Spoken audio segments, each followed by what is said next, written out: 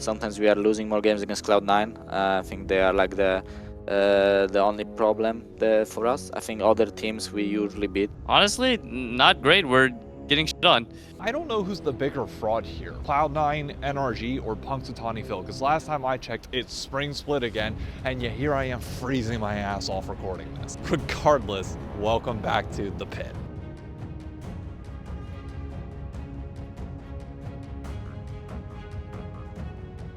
While it definitely feels like we're going to be getting 6 more weeks of winter, we have 2 weeks off of LCS gameplay. So I'm not going to be previewing the upcoming week's matches because we're too far away from that. There's other stuff to talk about, including last week's games. Starting from the bottom up, Immortals did not have a good week. It feels like every time that I talk positively about somebody towards like the bottom of the standings, because they have good signs and good showings, it just all kind of slips away really quick. The loss against Dignitas is going to be the thing that hurts them the most. And when you are now tied for a last place record, any win that you can pick up against the bottom teams is going to be incredibly important. That's also going to put you into tiebreaker scenarios, but losing or winning games against top teams, while great, you can't rely on it. So for Immortals, I'm worried. Like, I'm hitting the panic button. It's not like some of their players haven't looked good. I'm specifically looking at Tactical. I'm looking at Ole, who have looked pretty good so far. Castle is really hit or miss, but I'm not going to be upset at the fact that they lost to Flyquest. That just kind of is what it is. So it's more one single game that I'm kind of taking an overreaction to. So take that for what you will. When I say it is really hard to understand how good teams are,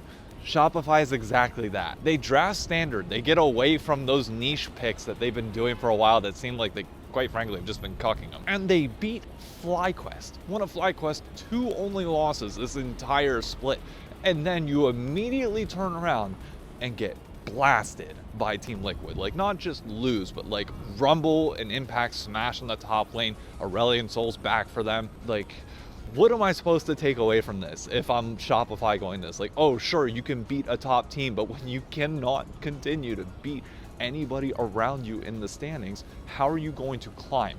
How are you going to get above the teams that are right near you to make sure that you even get into playoffs, to even try and face a top team? Which, sure, you can make a case, like, if Shopify finds a way to make it to playoffs, then yes, they could take down a top team like Flyquest, but maybe not Team Liquid?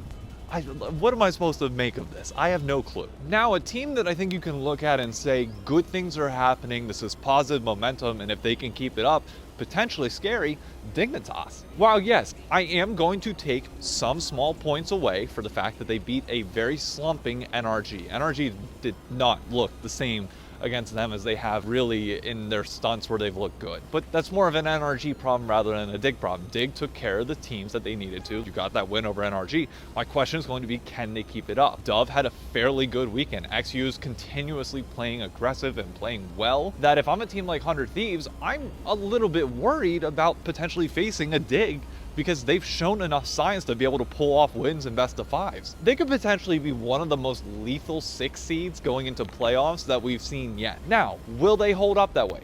Who knows? But you can't scoff at a 2-0 week. That's impressive, no matter how you spin it. And given the close proximity of this league in general, they're still 1 game off of last place, obviously, and could go on to miss playoffs, but having even a single game up on everybody else right now just feels like a mile. Now we get into the problem children, which is Cloud9 and NRG. You know what, let's talk about them together. It's going to be easiest to do so, given that they had pretty much identical weeks where they just continue to not look good. In NRG's case, it's an 0-2, notably losing to Cloud9, but Cloud9, like, you don't walk away from that game being like, yeah, we won that. It's like, no, NRG gift wrap that to you entirely. Like, I don't like using that label because I feel like it takes away from things that teams have done to win games, and I'm not denying any portion of that. But I'm just saying, you go back and watch that NRG game, it's like, yeah, they chucked it hard. Like, they ran it and like just made every decision possible. Even after they decided to climb themselves back into the series, they still chucked it afterwards. And it's like, what are you doing? And then NRG does it again and like runs it down again the next day. So it's like, okay, how much weight can you take into Cloud9's win? Which, again, notably, they're not beating the pause allegations. Cloud9 still has yet to win a game this split without pausing, because Cloud9 would go on to lose to 100 Thieves. And I've already talked about it on the Rendezvous, and I'll let it go in detail there. But 100 Thieves was hands diffing Cloud9 for a good portion of this game. And yes, they ended up throwing it and then winning it back in the end, and Cloud9 could have won this. But you still, even if Cloud9 had won, like, take the win away from 100 Thieves, put it in Cloud9's pocket. You're not any more confident in Cloud9. Like, that's the ugliest 2-0 weekend that you could have ever possibly had. Which, hey, a win's a win, but when we're talking about a team that has MSI aspirations of possibly winning the split, that's not what you want to see going into playoffs. That's not something that inspires confidence. Same for NRG. Now, I did get the chance to talk to Blaber immediately after their loss to 100 Thieves and get his thoughts on what's going on, and also how much they're going to be practicing over this 2-week break. How was it on your side playing that close and that tense of a game that we have not seen in a while?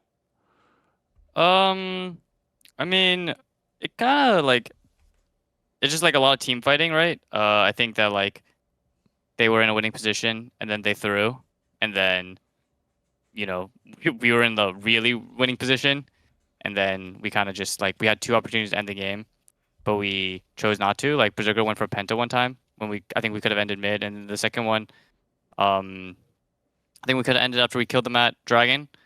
But even then, like, even after we don't end there, we're like still in a super good spot, and then maybe like the adrenaline of fighting so much got to us, and we just kept forcing. But yeah, there was just a lot of fights that game.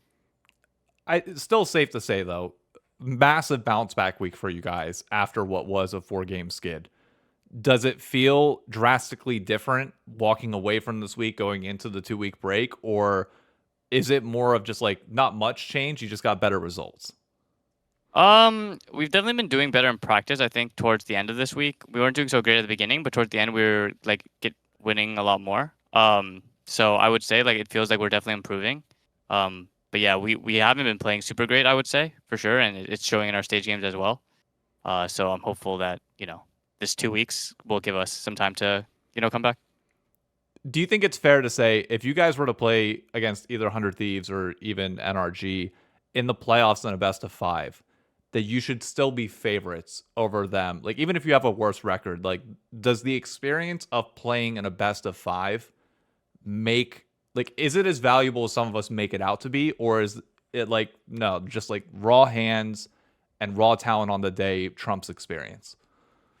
I mean, I think it just depends because, like,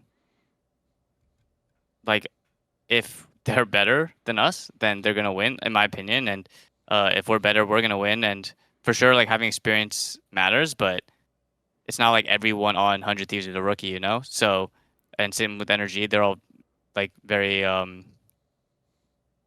not they're veterans as well. They've been playing for a very long time. So I would just say, like, I mean, right now I think it's a toss up. Anyone can win, just because I don't think that any of us are playing the most insane League of Legends right now. Is Flyquest still like clear 1 seed in your mind, or is it closer than most people would give it credit for?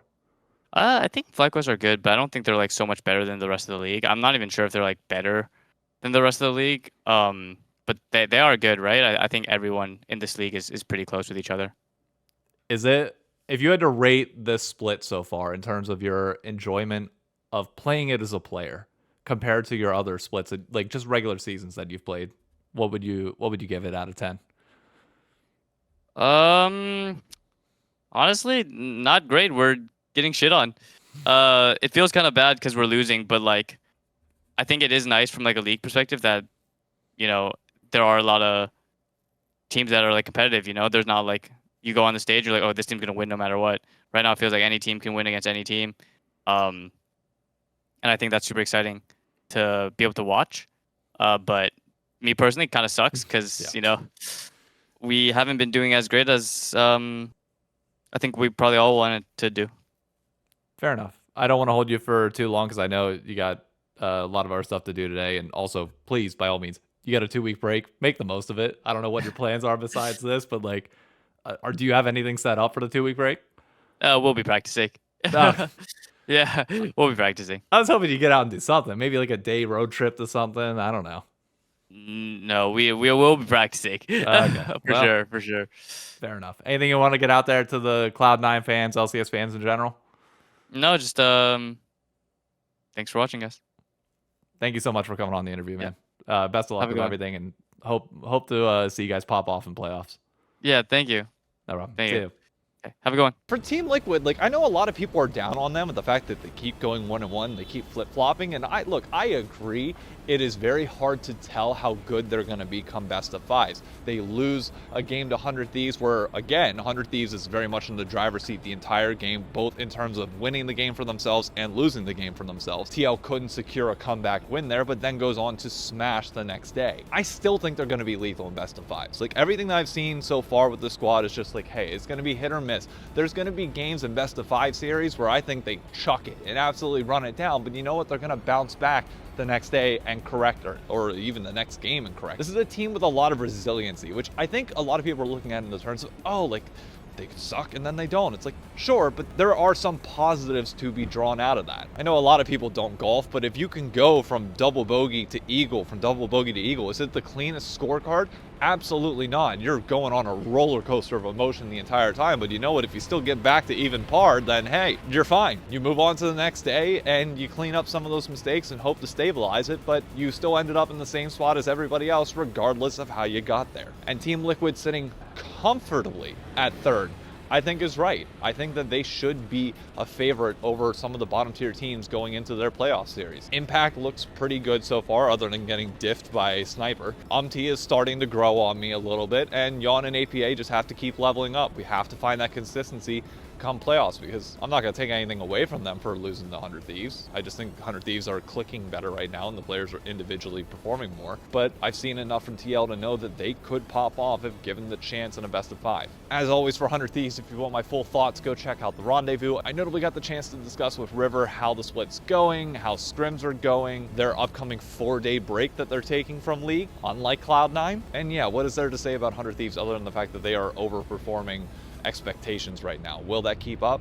Possibly, but only time will tell. And finally, your top dogs, your number one seed of the LCS right now, Flyquest. They look like the best team, hands down, bar none. I don't want to toot their horn too much, but just know, yes, Busio and Masu continue to have these interesting lanes where they just sometimes run it, sometimes don't. They played against the TF ADC this past weekend, so I don't know how much you can end up taking from that. But the point is, they win the games they need to. Editor David here. I, for some reason, forgot that Flyquest trolled their first game of the week whenever I was recording this. I don't know if the frost and cold got to me, but my brain just completely slipped it. So, yes, there is still some worry for Flyquest, but overall, given that they've only lost 2 games this entire split, no, I don't think the single loss is really all that much cause for concern. But back to me. And topside looks hella good. Jensen on control mages is disgusting, and I am a little bit worried about what's going to happen to him if the meta shifts at all away from control mages.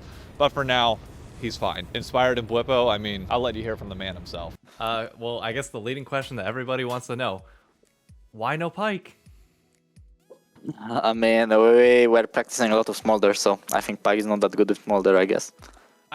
So a lot of people I know were questioning, what is the main difference between Blitz and Pyke, who both essentially have a hook? Obviously, I know Blitz has the sounds, but like, what's the biggest difference between the two that doesn't allow Pyke to pair with Smolder in the same way that Blitz does? I mean, honestly, I think Blitz just has a little bit more pressure in lane, because Pyke wants to like look for all-ins, I think, like all the time since level 1, and Smolder just wants to a little bit poke and poke. So I guess he just pokes, and then when they are like half HP, then Blitzcrank already has kill pressure, and I guess they didn't want to do it with Pyke. I'm not sure. That's what I got told, that they rather play Blitzcrank with it. I mean, honestly, I think we should have probably just picked some mage bot lane, so we have a bit more damage in our comp and more threats, because then even if one of our carries, which was like Smolder or Azir, dies, then we still have a lot of damage left. I think we should have probably looked for some AP support. I mean, even in addition to that, what's your thoughts on Smolder so far, whether it's in scrims or in the 2-stage games that we've seen so far? There's a debate on whether he's stupidly weak, at least in solo queue, versus going to be overpowered in pro play. How's he been faring so far? I mean, it's a weird champion, because early game he has one ability that like does a lot of poke. So basically, if you land this ability off cooldown in lane, then you are pretty strong in lane. If you miss it, then you are kind of a bot. So it's really weird design, I guess. And then once you hit mid late game, like the spell that you are using in lane is completely useless. Like, it doesn't really deal damage anymore. And then you just rely on the fact that you were scaling the whole games with your passive, right, and the stacks. And then you just need to play the fights pretty slow and just just like Spitfire on them. And his ult is kind of useful in the early mid game transition because it can one shot the wave and has low cooldown and good like follow up. So basically, the champ is kind of like a mage that then later transitions into an AD carry. So I mean, it's a weird design. I don't know if it's strong or not. I mean, we've been having quite a lot of success with it in scrims. Because yeah, as I said, he was just like poking in lane, winning lane because of that, and then in mid game he was a bit slower because he kind of lacked the damage. But the moment he got the breakpoint with his stacks, he was always being very useful. So yeah. So with today's loss, then you guys are still one game ahead of now just solo 100 Thieves in second place.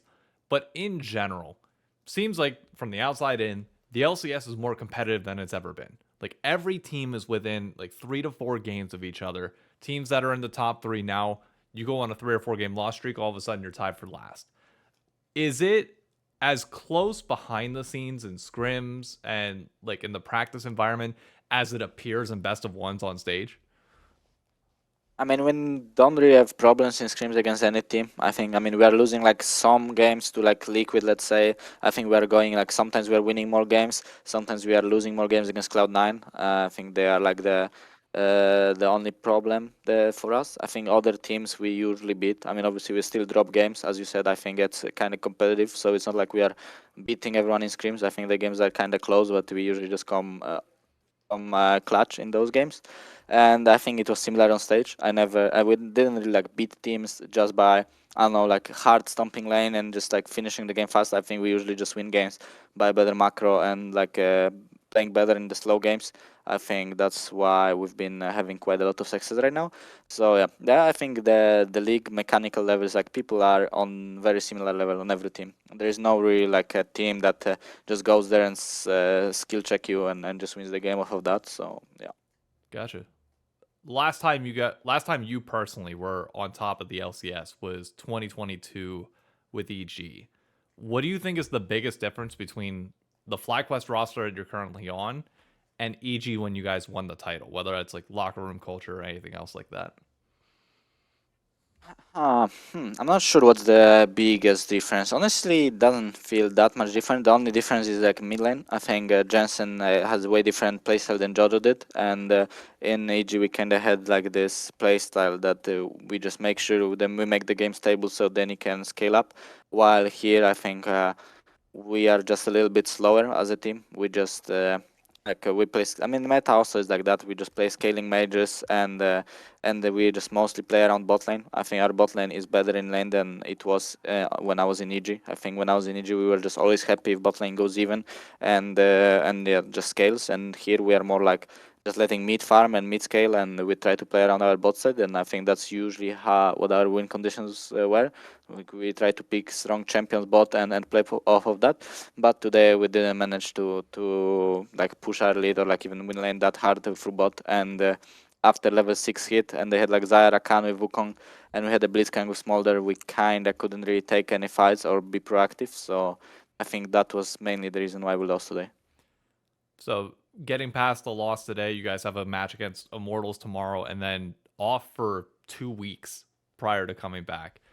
Do you like what's your guys' plan, I guess, during those? Is it just going to be scrimming the entire time, or like you guys taking any time off to get a break before you head into playoffs and trying to make a deeper run?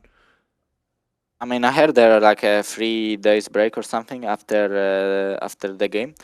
For me, I don't really like mind if it's a break or we'll just keep screaming. I'm here. I'm probably gonna just play league anyway, and when we'll have break because I don't really have much else to do. So I mean, I don't know. I think the plan for now is to take a 3 days break off scrims, and then we will have like pretty much 14 days, I think, or even more to practice. So that's for now the plan. Have you guys talked at least like between the players of like trying to organize like some sort of like online tournament of like the LCK, for example, did like all the top laners on a team, all the mid laners on a team? Like, would you guys be interested in doing like something just on personal side, whether it's just like streaming from you guys or anything like that? I mean, if someone would organize it, I would for sure take a part in it if I would be invited. But no, there was no like idea about it, or no one was really like trying to organize something like that. But for sure, if someone comes with the initiative, I would be always down to join. I like this kind of like fun games, I guess. I can tell you, as a fan, we would love to see it. Seeing you, Okay. Contracts, Blaber, like everybody on the same team, somebody has to off-roll and play AD or top would Yeah. be amazing to see. Yeah. That's really all I got other than one final question. You guys got your butt kind of handed to you in the trivia against Dignitas. Yeah. If you had your entire team and you had to go the Boomers versus the Zoomers, so you, Jensen, and Blippo versus Masu, Busio, and I don't know, throw your coach or throw Nuke Duck in with the Zoomers as well. General trivia, who do you think wins? In general, we would win, but this was like a new champions thingy. And basically, we got told that it's gonna be about like League of Legends. So we were like hyped about the old school stuff, but then they just hit us with like 3 names of the new champions spells, which I didn't even play Briar or I didn't play Nafiri because those champs are kind of weak. So I didn't know anything, and I just expected something else to be in the questions. And we also got told that it might be like general questions, not just league related. So we thought maybe there would be some math or physics questions, but there was nothing. So that was pretty sad. Damn. Well, I hope you guys get a rematch at some point. It was fun to watch, regardless. Yeah. Anything you want to get out there to the fans before you head out? I don't know. I mean, I'm happy people are cheering for us. We are seeing a lot of fans on fan meets or even on the internet. We are getting a lot of positive comments, so I'm happy about it. And even though we lost today, I still believe in our team. I think we will be playing well. I think this game was just like a mistake in the draft, and it was kind of hard to do stuff after. So it kind of happens. Can happen in best of 1. So yeah, don't be too sad about it. You guys are top dogs for a reason. Best of luck tomorrow and enjoy the 2-week break. Looking forward to you guys making a deeper run in playoffs. Thank you. Have a good one, man. Now, we have a 2-week break before we see LCS action again, and I was worried for a long time that we weren't going to have anything to help fill that gap, but luckily Flyquest just announced, or well, they haven't yet, but the Dive announced for them that there is going to be a Flyquest show match that is taking place this upcoming Saturday between both Flyquest and their challenger team. We don't know what all it's going to entail. Apparently, there might be some additional surprises. Captain Flowers is going to be casting it, apparently, and it's good that somebody's at least doing something during this 2-week break. I was originally going to announce that I'm going to do like a Battle of the Fan Bases tournament, which basically would be if you own the icon of a team, you form a team of 5, you come in, I'll buy skins for the winners, but I'm going to pause on that idea until the offseason, given that Flyquest at least has something going on. And if you don't follow me on Twitter and elsewhere, we're having some struggles with Coco's back and health right now that I don't want to take a whole day to commit to that, given the complexities of what's happening right now. I'll probably still be streaming, I'll probably still be around, but I just need to give myself the flexibility in case things don't get better with her of what next steps we might need to take and go from there. So I promise I will do that tournament, likely in the off season. But for now, over the next 2 weeks, the only event we got going on is the Flyquest thing. And I would just urge teams, put out some content. I know your players are going on break for 4 days, so the odds of you recording content up to this point probably were slim to none, and we're probably not getting all that much. 100 of these might give us the heist, but like this is like prime time where you should have had a content plan set out, and I will gladly eat my words again. I will always say that if I'm wrong and teams put out a bunch of stuff, then hey, I was wrong. That's on me. But do I have faith that they're going to do that? No, they've given us nothing up until this point to believe that they're going to. So please prove me wrong. Don't prove me right. And finally, let's check in on viewership for the LCS, which, as Mark Z noted, was up 4%, or at least Reddit pointed out. The only thing that should be said is that, hey, the number's consistent, that's good. We've flatlined. That was a goal that I set at the beginning of the split, which I'm happy that we've achieved. But the problem is, now that Mark Z's tweeted about it and said about the 4% and like bragging about it, if we have a drop off after this 2 weeks, like we're going to have, that happens every time you take an extended period of break and you're not just like coming back with like this big oomph. And the fact that we're going to be playing remote when we come back is arguably even worse. But now when there's a 4% drop, you open yourself up to scrutiny. And that increase in the first place is already worrisome. When you peel back the layer of the onion a bit, yes, viewership is up, but it's mostly due to the fact that we've gotten co-streamers involved, including Kadril and Bailano, and there's nothing wrong with that. That's a good thing that we're getting a international audience to a certain extent, but what does that mean whenever they've come in and viewership is only stable? That means that we went down elsewhere. If Cadrill's driving 25,000 people to his stream, probably almost majority European viewers, maybe some American viewers, Bailano's getting 25 to 30K, but the numbers remaining stable, that means that we've lost upwards of 40,000 people to those things, which means the main broadcast is seeing less growth. It's actually shrinking in and of itself, which is not bad if co-streaming is going to be around, but when you're replacing that with an international audience, you run that risk of potentially having issues in the future. Mark Z also notably pointed out that there was apparently only a 2% drop in viewership whenever the Super Bowl was on, which should be an alarming thing for the LCS, because if you have a majority North American audience, they are going to watch the Super Bowl.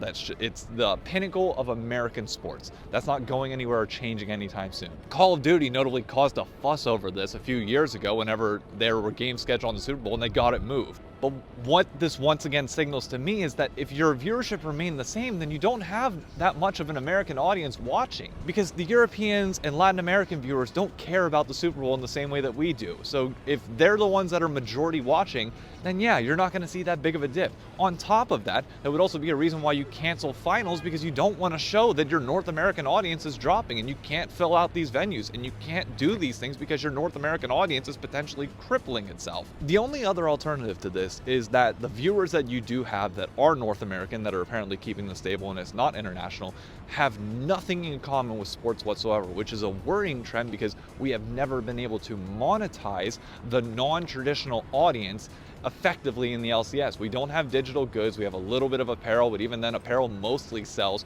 for the LCS at events itself. So what are you doing to drive revenue, to change the current trajectory of the LCS? Not much. While the changes that have been made so far to the broadcast, including the quicker times between games, all of those are positives. I'm not denying that, but they are not things that will change the long-term future of the LCS. In my opinion, right now, the numbers that we're seeing, when you break down that viewership number, yeah, we're stable, but we are eroding away a foundation level of North American fans that are going to be the ones that show up to your events outside of just Los Angeles, and I don't like it. I'm scared. Now, I'm not scared for the long-term future of the LCS in terms of like the league going away. No, we'll merge with CBLOL and then just have a pure international audience and ultimately stop caring as much about NA, and events will just shift over to Brazil instead of purely here in North America. We'll get one for every two that they get. So the LCS, in theory, will live on, but the North American segment of it, like, I don't know, what are we doing to grow it here?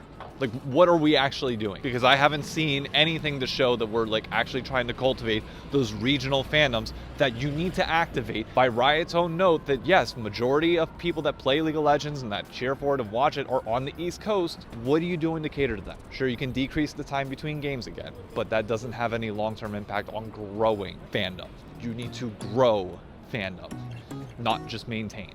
And the sense of stability that we have split over split, I don't think is actually stability. It's a negative offset by a positive. Anybody that works in forecasting will tell you that is not the same as all your drivers remaining equal. There are worrying trends to be pulled out of these individual pieces. But I've rambled enough. That's it for me. Thank you all for tuning into this week's episode of The Pit. I will be back next week with a special edition of The Pit, kind of covering some LCS topics, maybe walking around New York City. I got to see what I'm going to have time to do. But be sure to check out my Twitter, @DShine. I'll give you one more information. Otherwise, I got to go grab lunch. Adios.